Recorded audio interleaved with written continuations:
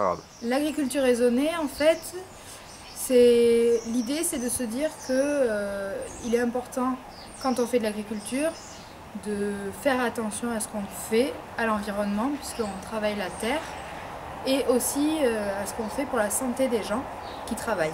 Ça se traduit surtout par exemple par la réduction de la quantité de pesticides qu'on utilise pendant l'agriculture, pendant la culture de la vigne. Alors à Roque-de-Calan, on est en agriculture raisonnée depuis 1999 et en fait c'est un organisme indépendant de certification qui s'occupe de certifier déjà le Roque-de-Calan et qui s'occupe aussi de gérer tous les intrants, à la fois les quantités et le moment où on les utilise.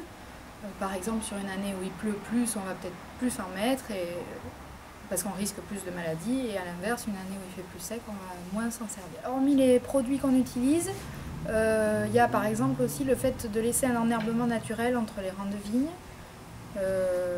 Voilà, ça permet d'éviter de désherber chimiquement les rangs alors que c'est pas forcément utile.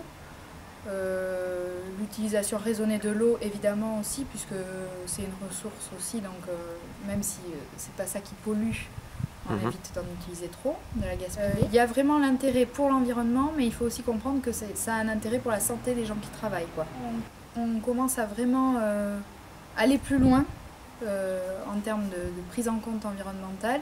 Et donc à partir de cette année par exemple, on va avoir une chaudière à bois, donc un poêle en fait, et donc ça évitera de consommer beaucoup d'électricité puisque le bois c'est une ressource renouvelable.